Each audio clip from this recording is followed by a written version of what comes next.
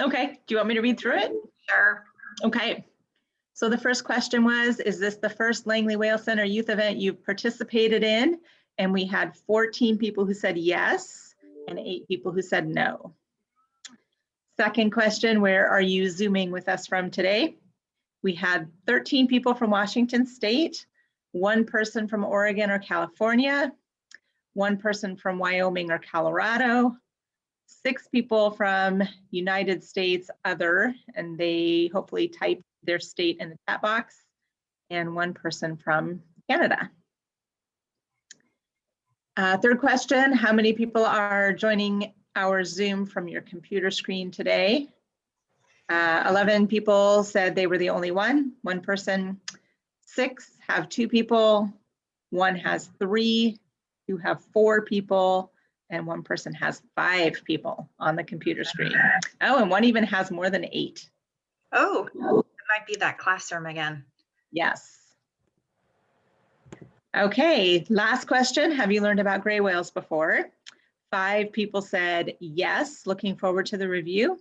9 people said no, I'm not familiar with gray whales. And 8 people said a little bit, but I want some more information. Awesome. Well, and it looks like some of the other places that were in the chat were Washington, D.C., New Jersey, upstate New York.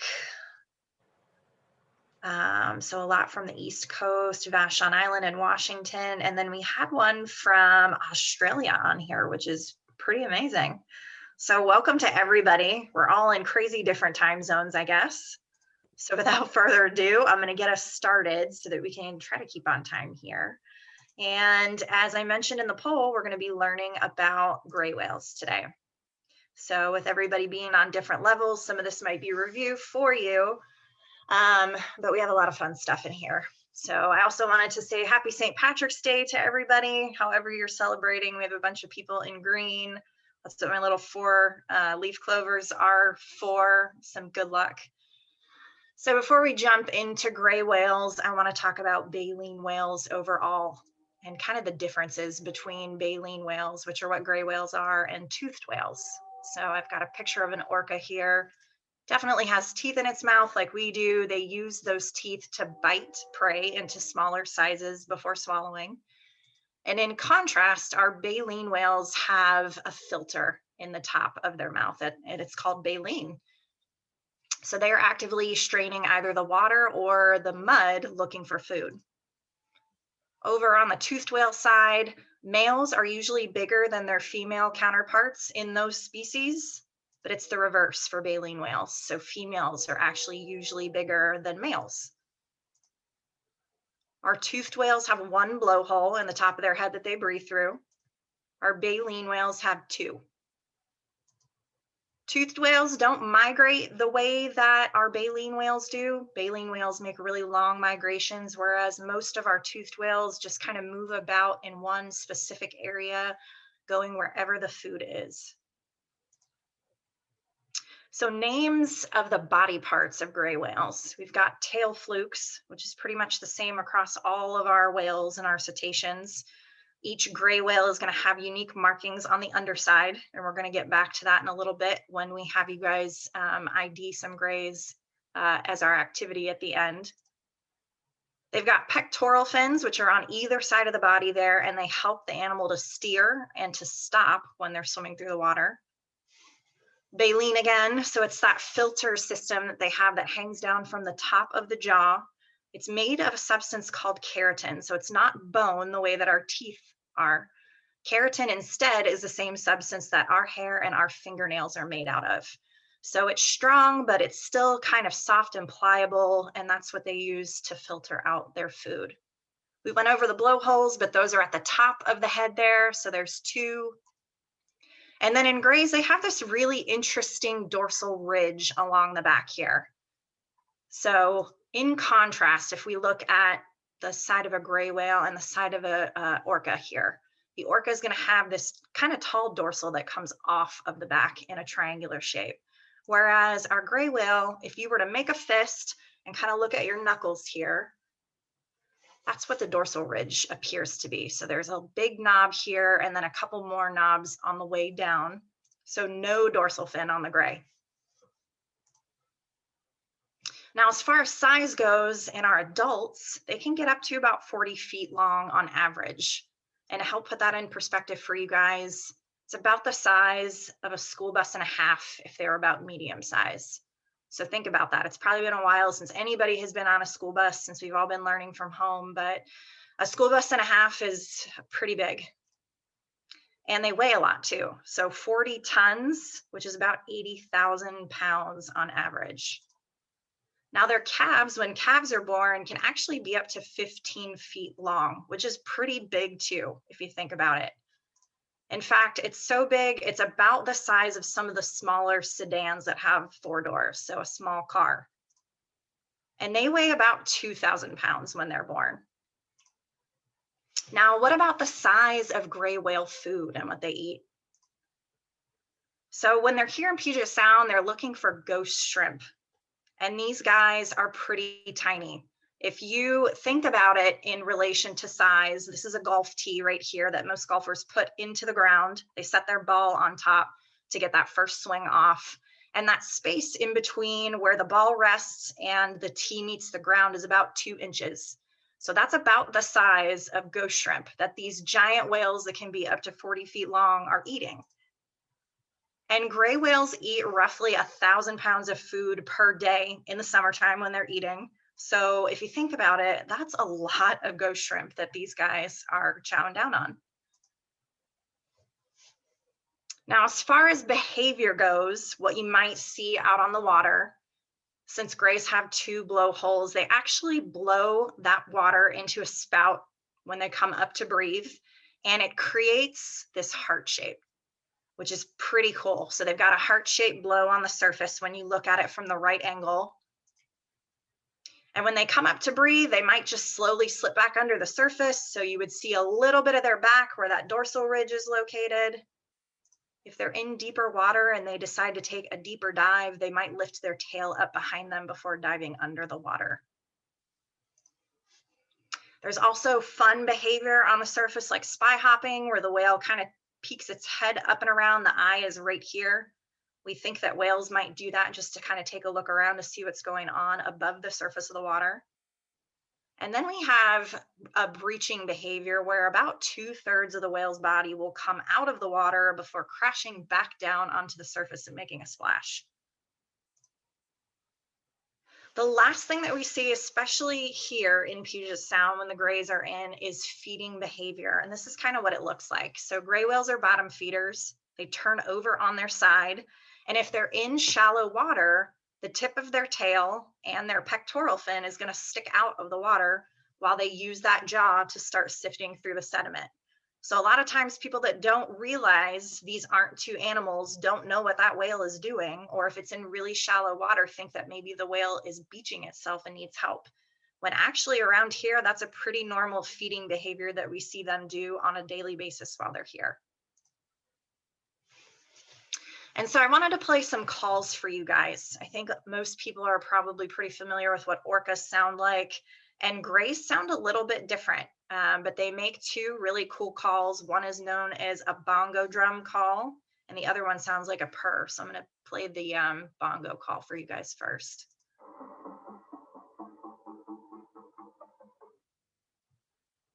And then this one is the purr, or kind of like a low growl. And so we're going to talk about migration with you guys today. So anybody that's joining us from the East Coast, we've got a big map here of what the West Coast looks like, even down into Mexico. And so what happens in the wintertime is most of the grays go south. They're looking to get to this area down here. It's the Baja Peninsula of Mexico. And there are some shallow lagoons down here with warmer water that these whales travel to either give birth to their calves or for breeding purposes. Now, what happens with us in the spring is all along the West Coast, we start seeing the gray whales as they're heading back up into colder water to feed in the summertime. So as they're leaving Baja and they're moving up the coast, they're kind of separating themselves into 2 different groups. So the first group that we have is the Pacific Coast Feeding Group, and they kind of stall out right around here off the coast of Oregon, Washington, Vancouver Island, which means they're not going to go any further north in the summer. They're going to stick around here and look for ghost shrimp and other things to eat. In that population, there's about 200 to 250 whales. Now, the rest of the grays are all going to go even further north. So they're going to make that migration from Baja all the way up and around Alaska. Some of them will stop before reaching the Arctic Circle, but most of them do go into the Arctic Circle as well. And that group of whales was at around 20,000 back in 2018. So that's a lot of gray whales.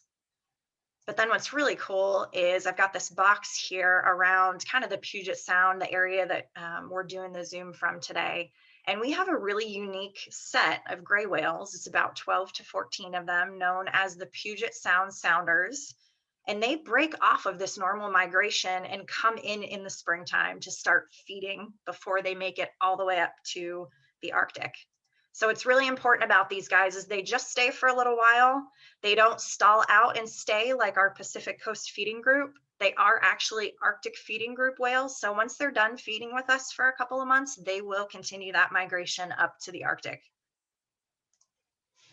So to help put that in perspective for you guys for around here, I've kind of enlarged that area that I had the red box around. So this is the Salish Sea here.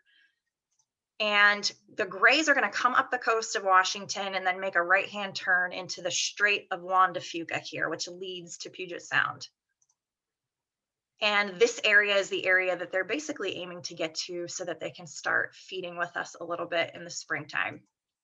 So on a bigger map, as that gray is coming into the strait, it's going to start rounding the corner of Port Townsend to come down and around the south side of Whidbey Island here. And then what's really cool about this is this waterway that's tucked in between the mainland and a couple of our islands here pretty much becomes a gray whale highway in the springtime. So there are a lot of different points in this body of water here that they're feeding off of. And I went through and I kind of looked at what's being reported to us right now and last year, and I added some stars for some of the areas where it seemed like we were getting the most reports from. And if you look at it on the map here, we had quite a bit of sightings all the way up in Skagit, Oak Harbor, this is Coopville, down and around Green Bank and Langley, Port Susan is up here, and then Possession Sound, where a lot of folks from the mainland, even in Everett and Marysville, have been able to see the gray whales right from shore. And so I wanted to show you guys what it looks like when they come into Puget Sound and they're feeding here. They do feed in shallow water. And you saw in the photo before the pectoral fin and part of the tail that was sticking out, but this is going to show you what the whole thing looks like in video form. So that's the heart-shaped blow at the surface. And that whale is going to go under and roll over on its side. So you're seeing the dorsal ridge back here. Now he's rolled over. That's that big pec fin kind of sticking out of the water there, almost kind of like waving hello to you, and part of the tail. And what that gray's doing is he is moving his jaw through the sediment there, and he's filtering out all of the mud and the rocks and looking for ghost shrimp. So this is the technique that they use while they're here. They do it in really shallow water, which is kind of tricky. A lot of people do think that, you know, they might get in trouble and beach themselves, but this particular group has figured out how to do this without beaching themselves. And so I wanted to talk to you guys a little bit more about how Baleen works. We didn't really talk about that part yet. And so I put a little video together. We usually do this at our outreach events. And I want to show you what it might look like to use the baleen to get ghost shrimp.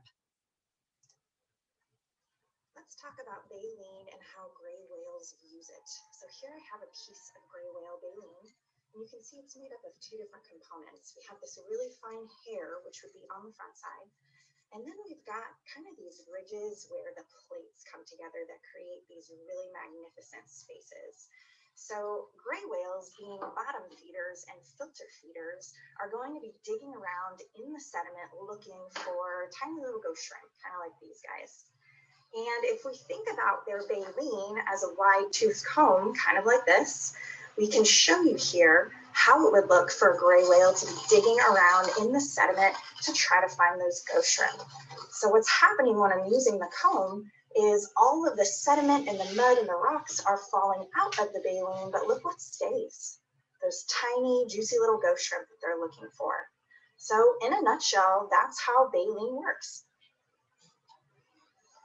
So what's really cool about that, you guys, is with all that food that sticks in those grooves, the gray whale is going to go in with its tongue, it dislodges or gets all that food out of the baleen and it swallows it without also eating the mud, because definitely there's no nutritional value in the mud.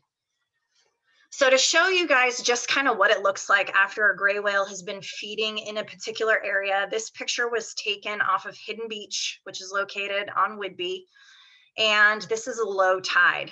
So the tide does come all the way in at this location, meaning all of those little puddles that you guys see there would be completely covered by water.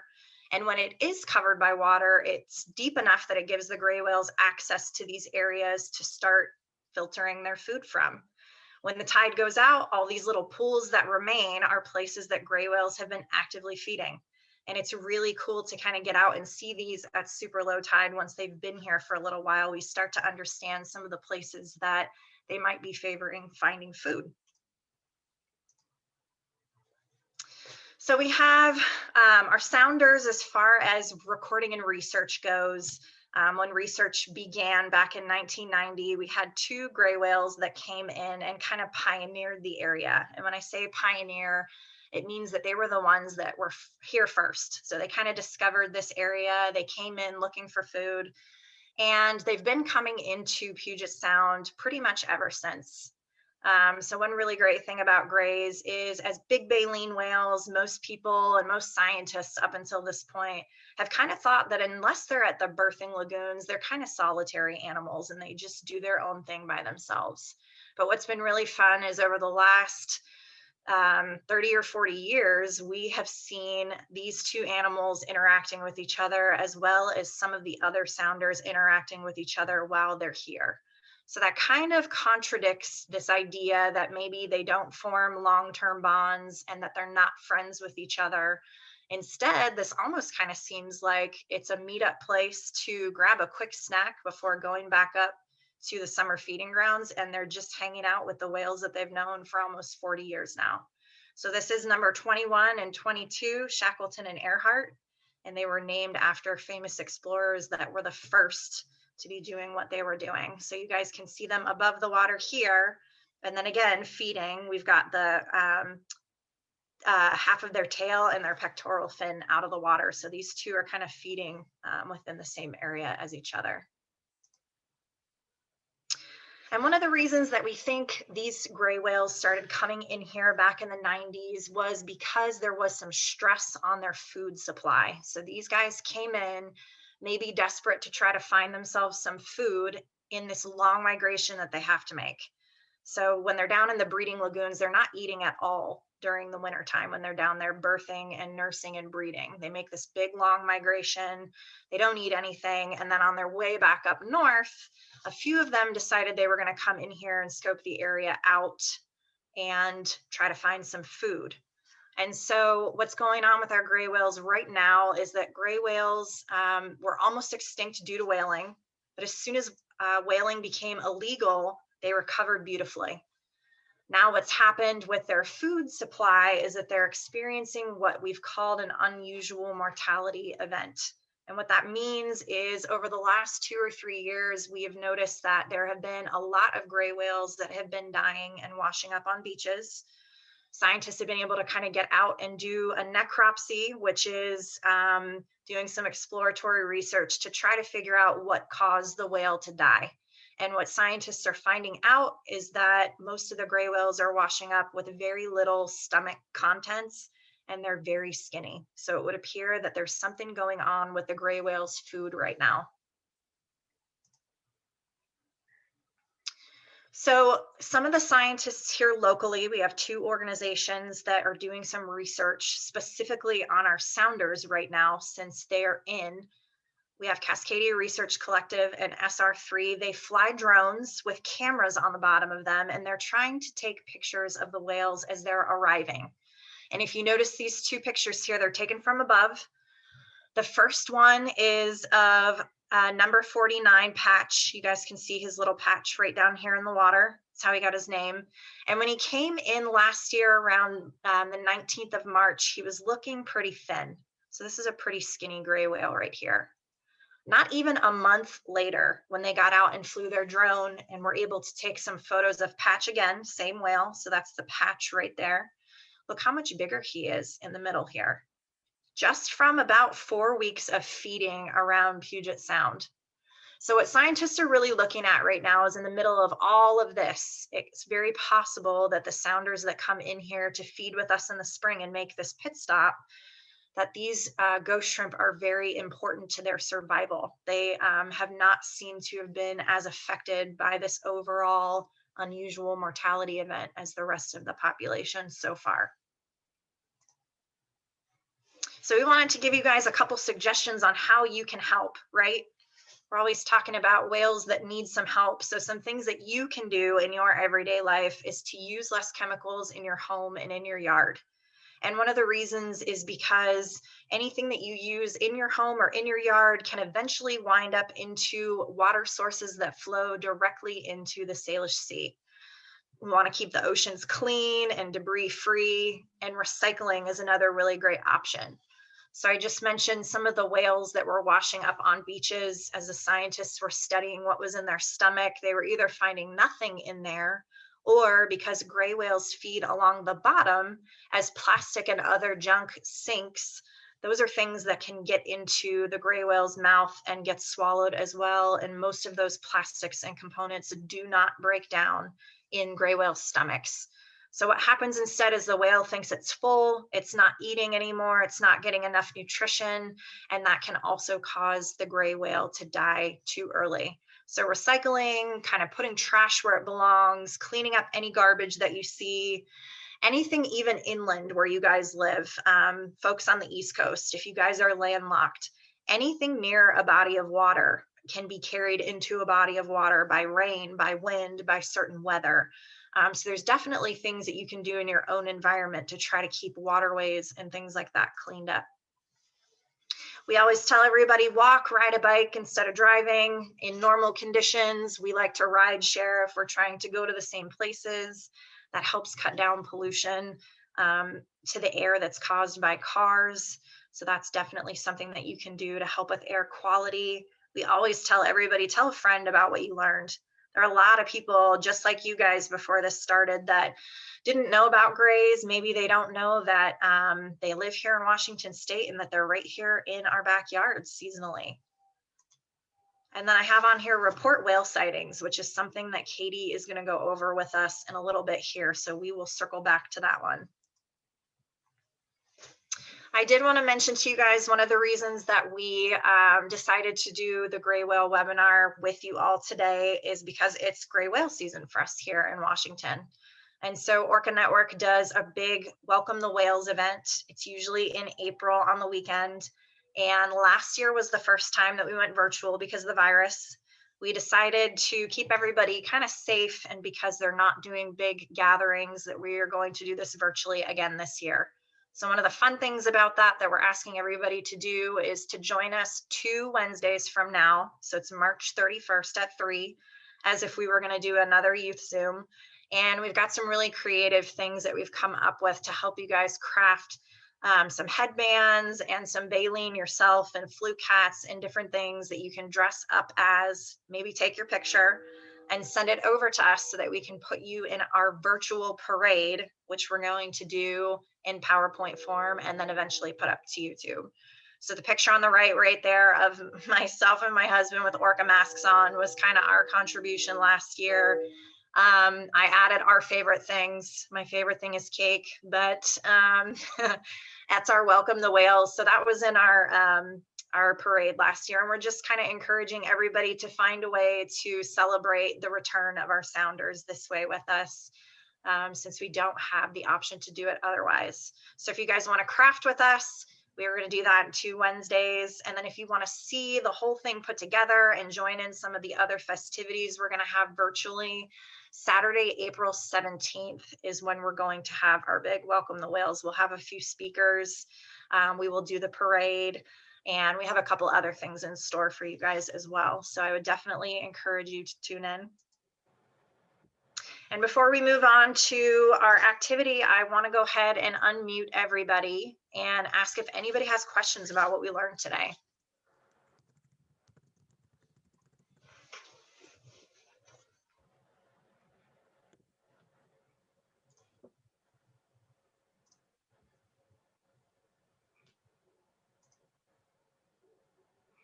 And I did just put the link up for the costume making event, so you guys can register for that.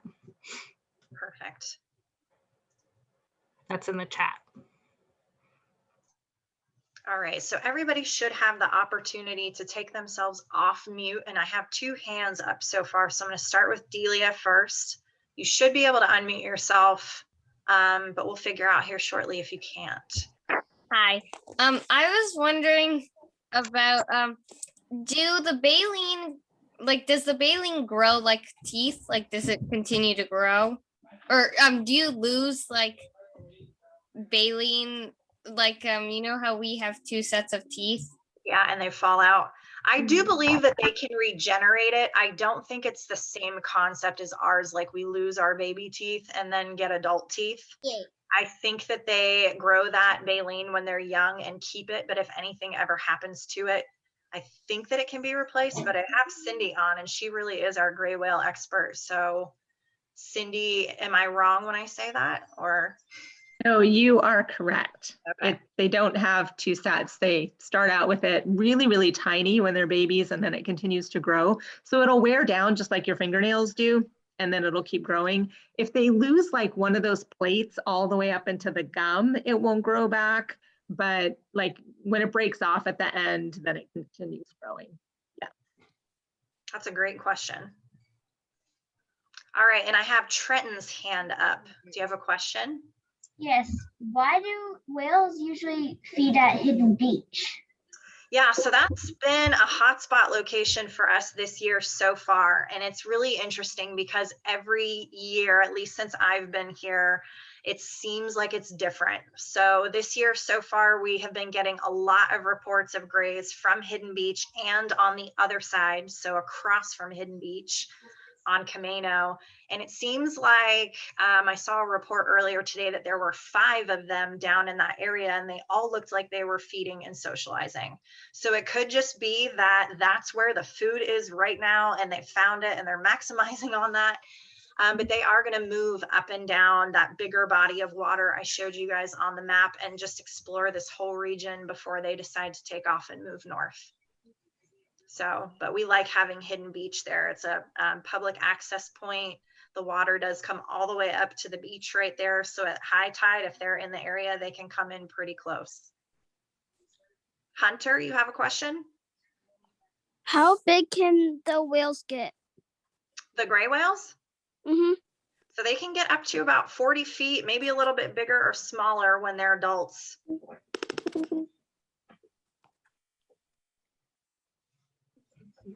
Did the gray whales come up by, I live on Lummi Island. Yeah. Did they come up by Hales Passage? So we have had last year in particular, I have friends that live in Birch Bay.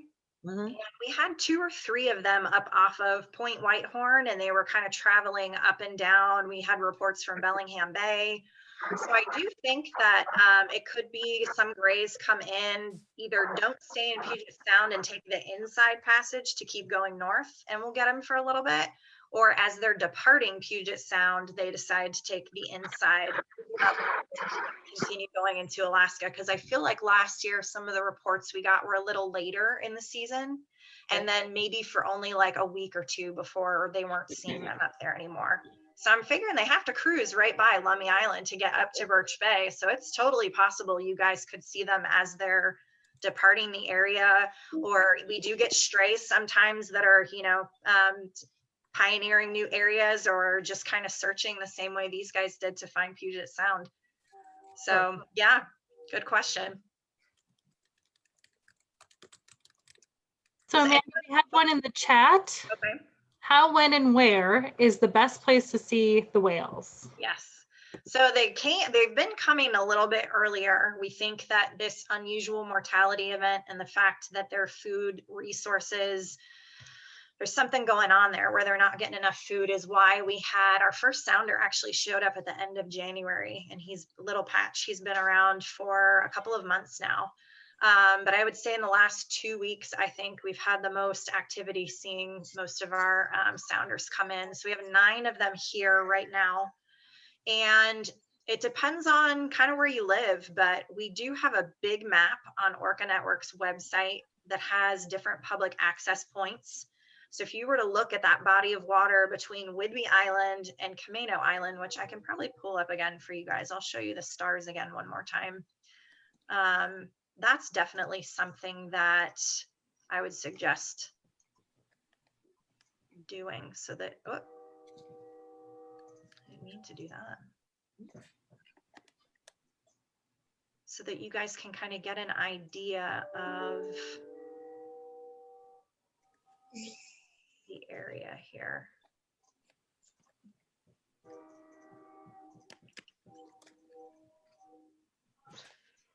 So again, for you guys, folks on the East Coast are probably a little confused about the geography here. I took the big map of Washington and I kind of narrowed it down to the area that we're in right now. This is Upper Puget Sound here. So we have the San Juan Islands up here. This is the mainland, so our main highway that kind of runs north and south. And then we have these 2 little islands in Upper Puget Sound. One of them is in the general area of the mainland, so kind of hooks in between here. And then we've got a really super long, big, this is Whidbey Island here. And this body of water where all these little stars are located are going to be areas that we usually say April and May are the best months. Statistically, it's usually about 8 weeks that they're here before they take off. But what we've seen over the last few years is that they've been getting here as early as the end of February, early March, mid-March. And we think it's just because they're spending a little bit more time here, getting some more food before they go north. So long story short, right now, March through, I guess, June would probably be a good time frame that if you're going to be out along the water and able to look, you should be able to do some good scouting, even from shore. So if you guys were to pull up tide maps too, that would be the next best thing to do, is to try to figure out when the tide is going to be high, because they will be closer to shore and kind of feeding along those areas when the tide is higher. So I hope that answers the question in the chat. Maybe. Does anybody else have any questions before we do our identification? Yeah. So I told him we might just be dry. Yes. All right. I think we're going to move into that then. I'm going to share. I'm going to show you guys first how we ID, and then I'm going to let Katie kind of lead us through the exercise. And so hopefully everybody can see the screen really well. I have 2 sets of pictures here. And we kind of already talked about the behavior. So when the gray whales come up to take a breath, they kind of roll their back slowly at the surface before going back under and kind of continuing on their way. And so their sides is one area that scientists try to get a photo of, and they're looking for differences between gray whales. So if you guys notice here, I kind of highlighted 3 different spots on both of these whales, and for a pretty good reason. So the whale on the right has a couple of really white, large, kind of circular marks. And if you look at the whale on the left-hand side, he has some gray, lighter gray spots too, but he doesn't seem to have the big patches that this whale does. So definitely 2 different grays. One thing I didn't go over that I will now is when gray whales are born, they're basically slate colored gray when they're calves. And as they get older, they're going to collect their own species of barnacle and whale lice that hang out on the gray whale skin, but they don't live as long as the gray whales do. So once they have lived their life cycle, some of those barnacles and the lice are going to fall off. And when they fall off, because they've been stuck into the skin, kind of riding along on the gray whales, they leave these unique marks. So every single gray whale is going to have different markings on either side of the body, as well as along their tails. And so we're looking at the underside here. So if you guys imagine this gray whale kind of lifting its tail up out of the water before diving down, we're looking at the underside. And again, every single gray is going to have different markings or unique markings on the underside. And there are a couple things you can look at the tails to try to help you tell the difference between individuals. The first are kind of areas where they might be missing pieces. So this whale has a couple divots taken out right here and along this side of the tail and even here. So it doesn't come to a point, kind of like this guy does if you're looking at the tail. Same thing here. This area looks particularly flat when you're looking at the outline of the tail overall. So those are definitely a couple differences to look for. You can look at the shape or that edge of the tail. The second thing that's really unique are the markings. So this whale right here almost has a symmetrical pattern going on with these two big white circles where he's had barnacles collect and fall off. Whereas if you look at this gray whale, some of the bigger white marks are kind of more sporadic and spread out. If we go back to the whale on the right here, he doesn't have any white in those two areas. Instead, he's got some white kind of in between here. And then there's other unique markings. If we go back to our first gray whale tail here, you guys will see a scar kind of in the shape of an X. So what scientists are doing when they take these pictures is they're looking for unique markings, meaning it's a marking found on the gray that's not found anywhere else on any other gray. And then we put them all into a catalog, at least around here. And so Katie is going to walk you guys through. We're going to ask you to identify whales. The first three we're going to do are going to be based off of the sides. So we're going to play a matching game, have you guys match that up. And then the next three, we're going to ask you to match tail to tail to see if you guys can tell us who these whales are. So if you brought paper and pencil, you guys can write them down. Katie's going to go over the answer after she gives you guys a little bit of time, and we'll get started. All right. Let's see if I have control. Whoop, I went too many further. Okay. All right, so we've got this first page here. On the top, we have on the left, we have Shackleton. So if you take a look at his dorsal ridge, maybe the shapes, and then we have Dubnuck on the right. And then make sure that you're comparing their spots and the shape of things. And what's cool about this picture is not every picture you get of a gray whale is going to be totally perfect like the ones we got on the top. So this one's a little skewed to make it a little trickier for you. So I'll give you a second to get your answers written down. And then I think I'm going to have a shout it all. You guys can tell me what you guessed. So just so you know, this was the third one. You're going to want to go back to and start. Okay. It's fine. I just didn't want you to go to the tails just yet. That's what happens when you take over the screen. All right. So if you guys are ready, are you going to have to unmute them, Amanda? No, I think that if they want to unmute themselves at this point, they should be able to do that. I took that feature off. Perfect. So if you have an answer, go ahead and unmute. And go ahead and shout out your answer. Dubnuck. Dubnuck. Dubnuck. Dubnuck. I hear lots of Dubnucks. Good work. Dubnuck. Dubnuck. And you know where that cool name comes from? It's because of this really cool back ridge that he has that looks like knuckles, right? Okay, I'm going to try to go back. If you right click and go previous, you should be able to go back a couple slides. You'll have to do it a couple times now, though. Got it.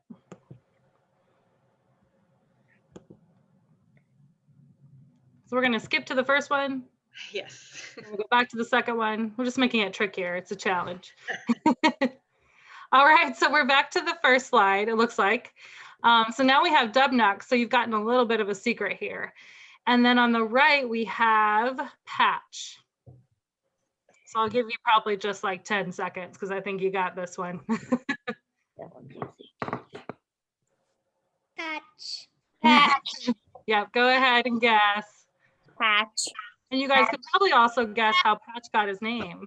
Definitely Patch. Definitely Patch. Definitely Patch. Patch. Was easy. Probably because of all the patches on his body. Yes.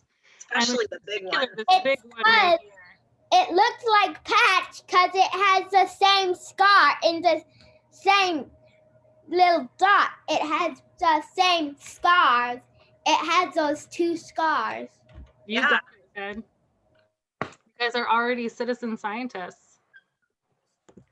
Okay, so now we'll go to this. This will be the last one, which is really the second one. So we have Little Patch. So we have 2 gray whales here, one called Patch and one called Little Patch that we like. And then we have Earhart on the right.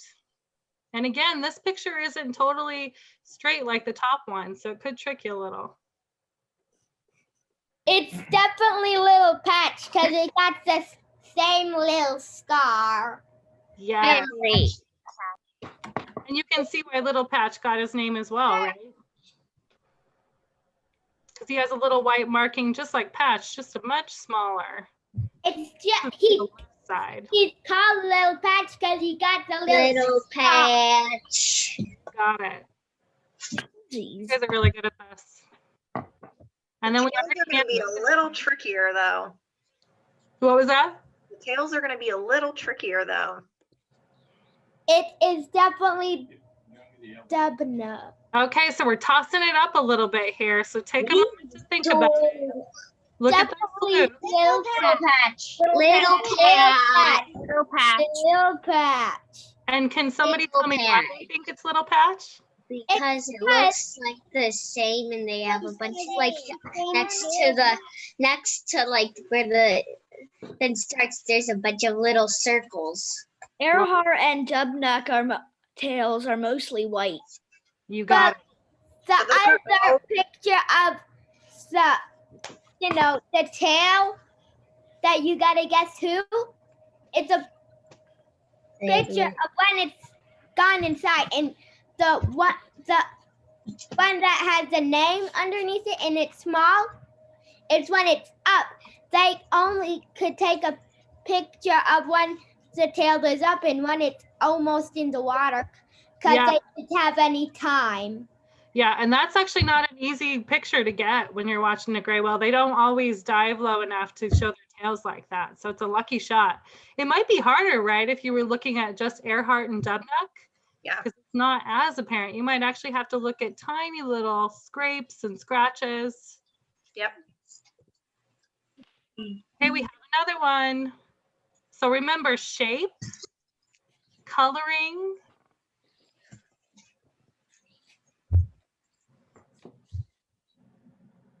and one thing I'll say about these 3 is we don't have nicknames for them all.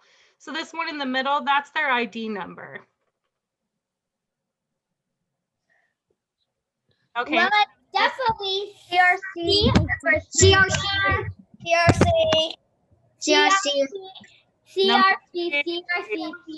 It's definitely CRC. Yeah, CRC. I had you this. And so they also have the CRC part. It rhymes. Yeah. They all have the CRC part, and the number is how we identify them. Why don't you name the middle one Bubbles? Because that's what the little white patches look like. That's a great name. I think we'll pass that along. We don't get to name them, unfortunately, but you know what? We will talk to the people that name them and see if they like the name Bubbles. I like that too. How cool would it be to get to name your whale? Okay, we have another one. So this one might be a little trickier because it's not like a straight on fluke shot. You might have to really look at the scars on this one, and they're kind of similar shapes.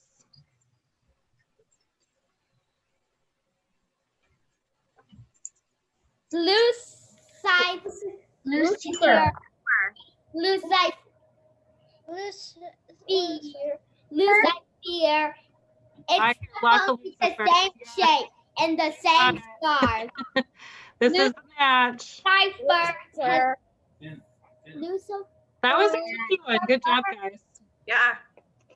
yelling the same thing over and over? Say your bit and then quiet down. Okay, we're done with our game.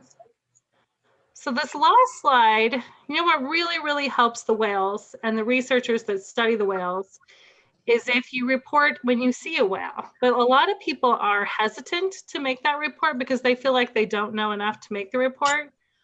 So if you're going to make a report on a whale, you don't have to know everything about what you're looking at. Usually when you call or you either message or text into Orca Network or Orca Network's sighting network, they'll help you through maybe deciding what it is that you saw. But the key things to know when you go to report are, oh, Sorry. oh, that's okay. I was like, did I do that? So the number one thing is the location. Where are you and where are you seeing them, right? And it's also nice to know what day it is and what time, because time can really help, especially with the gray whales, because we want to know, was it high tide? Was it low tide? What type of whale that you think you're seeing and how many there are, and you can make a good guess there. Specifically with orcas, it's really nice to know if you've seen a male in the group. And the way that you know if you've seen a male is those are the ones with the really big dorsals. So that can really help us to identify who you're looking at. Another thing that's nice to know is which direction that they're heading. And especially if you know which way north, south, east, and west are. So if you're watching that whale for a while, sometimes you can tell which direction they might be heading in. And that helps people to know where they might show up again. And then that fourth thing, as Amanda was talking about with the behaviors, whether it's a gray whale, an orca, or a humpback, it's helpful to know what they might be doing. If they're just kind of sitting there at the surface, if it looks like it's a gray whale and he's on his side and he's feeding, all of this is really good information for the scientists. So I was thinking that I would give you guys just like a minute to come up with a fake whale report. So pretend that you've seen something, and then I'll probably just ask if anybody wants to volunteer what their whale report sounds like.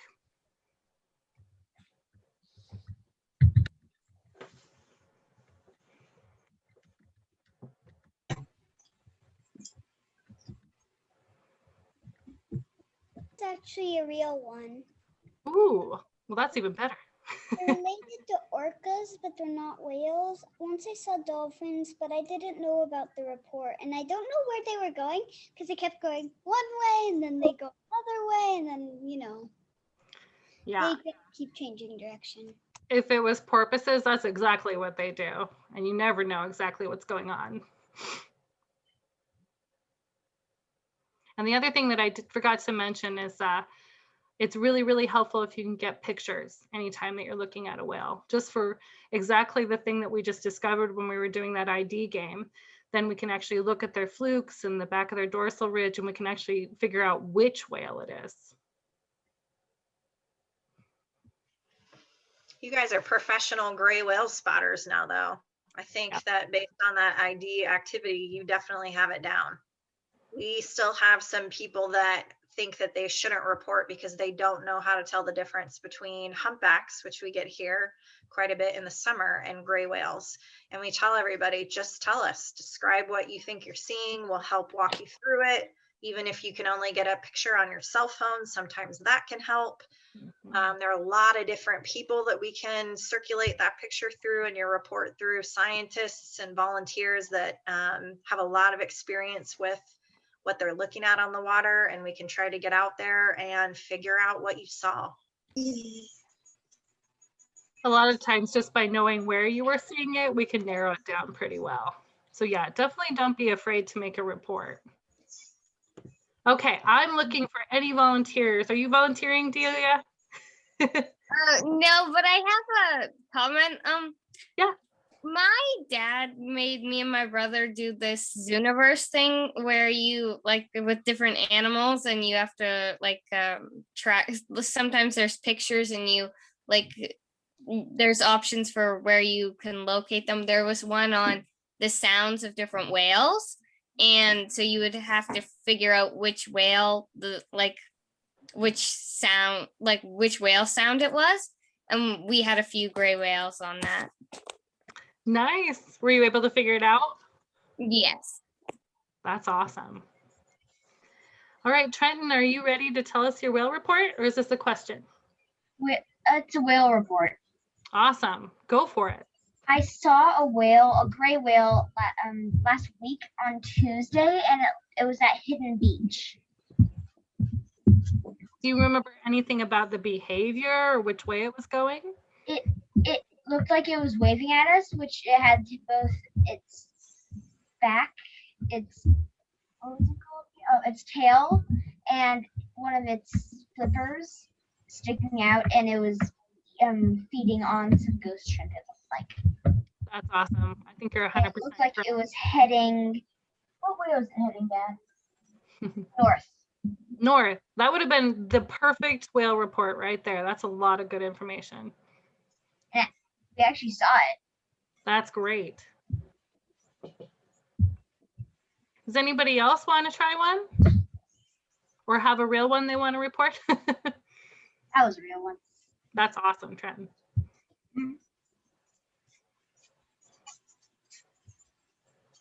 You live in a lucky spot, Trenton. I've been over there a couple times to watch them.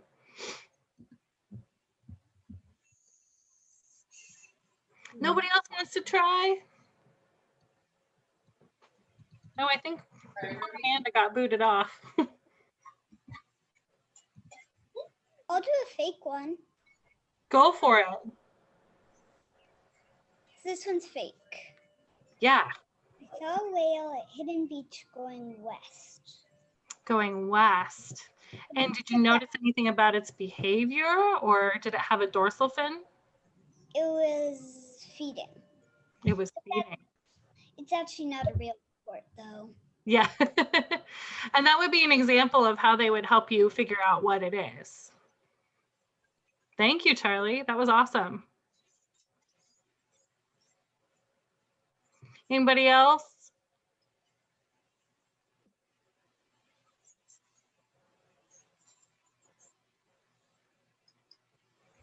Oh, nice to see you, Delia. Okay, well, I think that Amanda had some technical issues there. So does anybody have any last minute questions? We still have another expert on here, Cindy.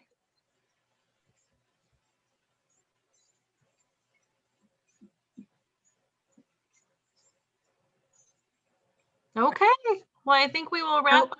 there was one hand up. Oh, was there? Yeah. Where are we at? Oh, it was Oceana. Go for it. Have you ever seen a gray whale? Are you asking me? Or any of the other experts on here? Yeah, well, and you know what? I think Cindy should answer this question. Well, I think all of the Orca Network people have seen gray whales before, but I've been really, really lucky because in addition to working for Orca Network, I also work down in Baja where the gray whales go to have their babies. And so I've been doing that for 20 years.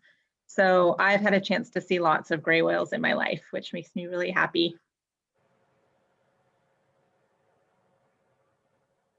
That was a good question, Oceana. Thank you for that question. Anyone else? I have a question. This is Vesna. How are you? Oh, hi. Go for it, Vesna. So I'm headed to Socorro in April. Any whale sightings there or any particular whale? I believe they said gray whales would be down there at the time. I'll toss this one to you too, Cindy. Where is it you're headed? I'm sorry, I missed that. Socorro. Where is that? Off of Baja. It's the Ribajalileo Islands. Oh, okay. Yes. It's possible for grays or humpback whales, I think, in that area. In April. Yeah. You know, gray whales will be they're starting to head north already, obviously, since we have our Sounders gray whales here. But there are still some that hang out there a little bit longer. So I think you do have a chance of seeing grays or humpbacks while you're there. Okay. Okay. Yeah, Very good luck. good. Hope you get to see some. I hope so too. Thank you so much. All right, anyone else? Oceana, do you have your hand up again? I think you do. What is the biggest hotspot in the world for gray whales? Baja. Or just USA? Baja is where we get these big congregations. Like we know that, most of the 20,000 gray whales go up to the Arctic to feed, but down in Baja, they're in these really big groups in small areas in these lagoons of Baja that Amanda told you about. So that's where they go to mate and to have their babies. And so sometimes you'll see, a couple hundred of them in one place. When would this be? That is typically February and March, but anytime from January through April is a good time to see them there. But February and March is when you have the most of them. Do you guys monitor whale sharks as well, or just orcas and gray whales? You mean the Orca Network, or are you talking about the Baja? No, the Orca Network. Yeah, we don't get sightings of whale shark where we are. Okay.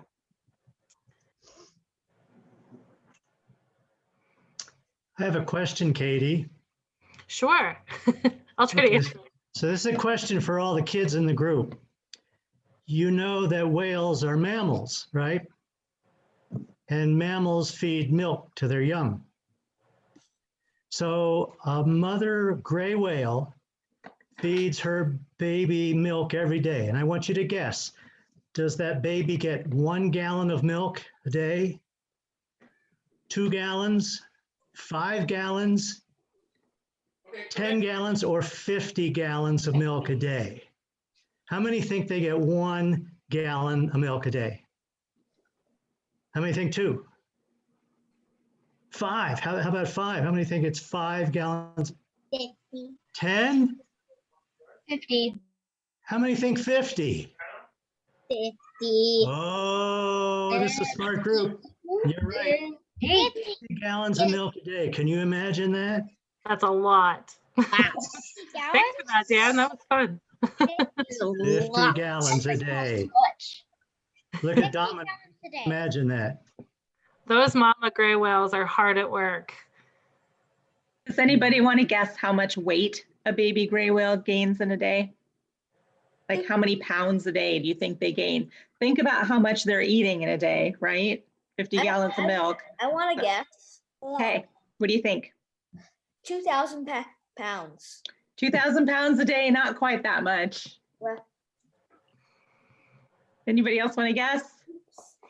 did the wrong answer. Dominic? 500 pounds? Not 500 pounds. 400 pounds? Remember, they're just a baby and they're born, they weigh about 1,200 pounds when they're born. 50? So think of how much they're going to gain just in one day. 50.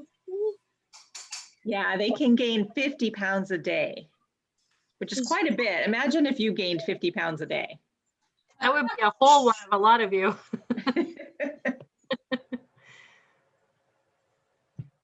That's great. Any more gray whale trivia, guys?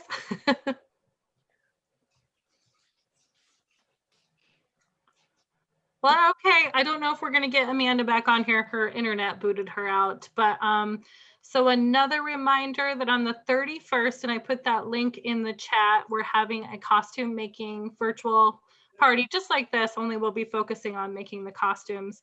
And that will be for our the Whales virtual parade, which is on April 17th, right, guys? I don't have it right. Yes. Right? I don't have it in front of me, so I blanked at the last second. But 2 o'clock to 5 o'clock. 2 o'clock to 5 o'clock. And after we make those costumes, we will let you know where to submit them. And you can also make costumes on your own at home and submit them as well. And you'll be part of our virtual parade, and that'll live on forever. We still have last year's up on YouTube as well. So that's a super fun way to do things during pandemic times. Yeah, Dominic? How do you submit? We will talk about that at our costume making, and it's also on our event page. If your parents are on Facebook, you can go to Orca Network, and we will have all of these events up, the costume making and the virtual parade. And there's going to be easy like hats and masks that we're going to be doing And then some ideas on costumes that you might be able to do. Thank On you. Those will be things that you can make from like items that you'll most definitely have around your house. But if you want to go above and be super creative, we are big fans of that. So, all right, any questions? Can you have a hand up? Or just a lollipop? One more, Dominic. Is it okay if you go all in and make a giant whale costume? It's more than okay. We would love that. I would love to see that. When we do the parade in person, we have a bunch of costumes that we let people borrow for free, like orcas, and Cindy and her husband have made a huge gray whale. So next year when we have the real parade, we'll be able to get all our costumes, big costumes out again. Yeah, we have a big gray whale that looks like Patch, and it takes 4 people to carry him, like 4 people underneath him, getting him to walk. So he's not quite life size, but he's pretty big. I've seen that. Have you? Right, Charlie? Okay. Well, I think we are good. Thank you guys for coming today. And hopefully we'll see you on the 31st. Bye, guys. Bye. Thanks Bye. for learning about gray whales today. Thank you. Bye. Bye. Bye. Thank you. You're welcome. Everybody. Thank you. Bye. Bye. Gail, did you get the return message? You can email either me or Amanda at orcanetwork.org. One of us would be happy to talk to you about it.